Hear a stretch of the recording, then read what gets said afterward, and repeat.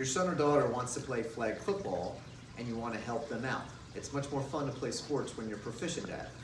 Well, there's three main things that you need to be good at in order to be successful at flag football. Speed, being able to pull flags, and being able to catch a ball. Well, here's the bad news. Speed, we can't do a whole lot about. You're either pretty fast or not. You can train it a little bit, but it is what it is. However, you can still be very successful and have a lot of fun if you focus on the other two.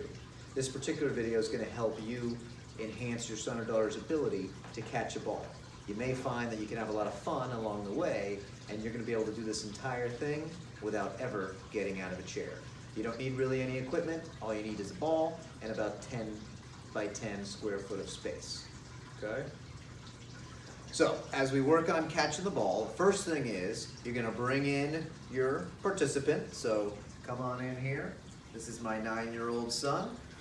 First thing you want to do is you want to start off so they can be very successful. Right? You want to make a nice, easy throw that the kid can catch. From there, you're going to make it just a little bit harder. If they're less than 5, you probably want to use like a Nerf or something really small for them to catch. They should catch it most of the time. Okay, so now you're going to watch both of us. So we're here. You want to start off with an underhand throw. They just catch it and pull it to their belly. So underhand throw, then you can either have them throw it to you if you want. So throw it back to me, or you can make them walk it back, whatever you prefer.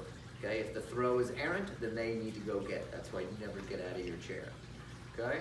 From there, once they've mastered that, then you move on to a more typical football throw, which is an overhand throw. And even if you're not a great thrower, the more you'll do this, you'll get better. You're in pretty close. The key is not to throw it hard. It's much better to throw it soft than to throw it really fast. Save that for when the kid is already pretty advanced. You want to aim right for their chest. Soft throw should have a little arc. They catch it, they can throw it right back to you. They're looking for the same thing. Once they've mastered that and they can do that regularly, now you want to think of the points of the compass. You're going to throw to the side, the top, and the bottom. So we throw to the side, back to me. You throw to the other side, back. Notice he's not moving and running around. You throw up. That's a really key one to catch, to practice. And then you throw down. Okay? From there, now you start to think about having the kid move their feet or jumping a little bit. So now if we do a jump, it's up relatively high and he has to jump. Then we go to the side, he may have to move, and not all your throws are going to be perfect. To the side, 1 or 2 movements of the foot, down nice and low. Once they've mastered that, and by master that, I think you should look for about an 80% catch ratio. So if they're catching, every throw, it's too easy, but if they only catch 3 out of 20 or something like that, you've made it too hard. From here, you can really start to do all sorts of kind of fun, advanced stuff, which the kids enjoy. They even get a little bit of a better workout out. Swing over here so you can kind of get a better view. So one, you can of course simply just increase the distance. So now kind of go back to your normal spot. Okay, we're doing kind of the same thing. Up relatively high, down to the side, over here. That's okay. Sometimes you miss. Grab that. You gotta have a little fun with it. Like we said, it has to be a bit of a challenge. Throw that back. And you notice with him throwing it back, that's a good chance for him to build on his skill of throwing. If your son or daughter wants to be QB, that's a little bit different. The toughest position to play. But general on the field, every player in flag football needs to be able to catch. Another drill we really like is, you'll notice we have that green stripe down there. We try to pretend that's the out of bounds line, so we have to stay in bounds. So he's got to throw, and he's got to keep those feet in bounds before he goes down. That can be a lot of fun. Try that one more time. Nice, get those feet down, good. Something else you can do to really build a little more proficiency is to practice a one-handed catch. So start with their dominant hand, let them catch one hand, good. Go to the other side. Let them catch one hand. Nice. Okay, that builds a lot of skill to be able to do that. You can also have them get down on their knees, and then they have to kind of jump up in the time that you've thrown, or they can stay down there. So this time now, sit on your butt. Sit on your butt. Okay, now jump up. Yeah, that builds a lot of quickness, agility, explosiveness. If you want them to get a better workout, come on over here. We're going to do that leading drill. So you're here, now you stay where you are, partner. Okay, so when I say go, he goes, and then I lead him. Good. Now it's much, much harder to learn how to catch when you're running, so make sure the kid is familiar with catching before, catching just stationary before you ask them to do all sorts of running.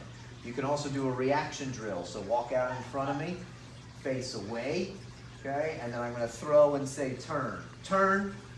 He doesn't know where the ball is, so he's got to learn how to react to that. Turn, go the other way, turn.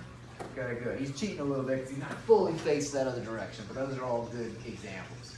All right, and then you can just kind of put it together. You can do all sorts of fun games. You can play what I like to do, like good guys, bad guys. Say, okay, we're going to do 20 throws. Can you catch 16 out of 20, 18 out of 20, 10 out of 20? Of course, a lot of it depends on how hard the throws are. Right? If you want to simulate real football, you can start to throw a little bit faster. But again, I would save that. Someone should be pretty familiar with almost all of these before you do a little bit of a beam. A beam is where you throw it noticeably quicker, and the kid needs to be familiar with being able to catch that.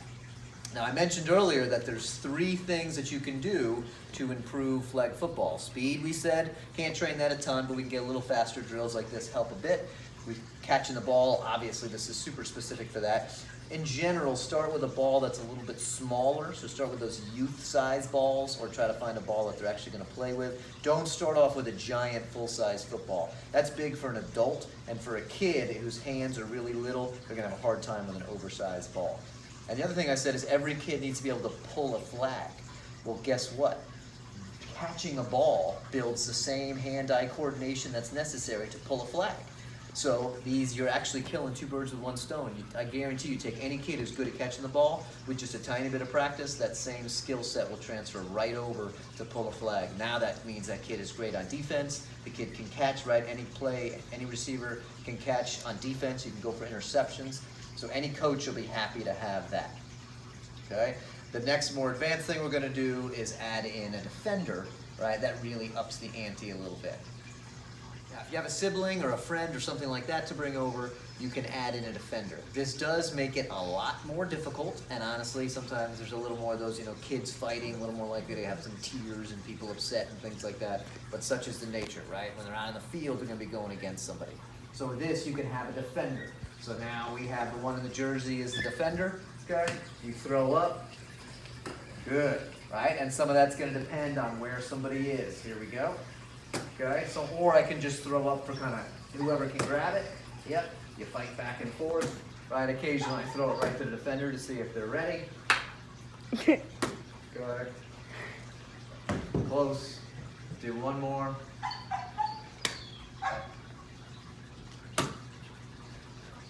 There it is, good one.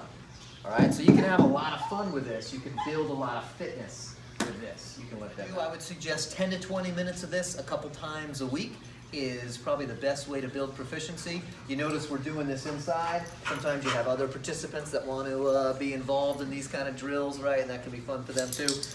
But you can do this any time of the year, right? So it happens to be winter right now. We're still doing this, right? So you can build these skills. You can have all sorts of fun.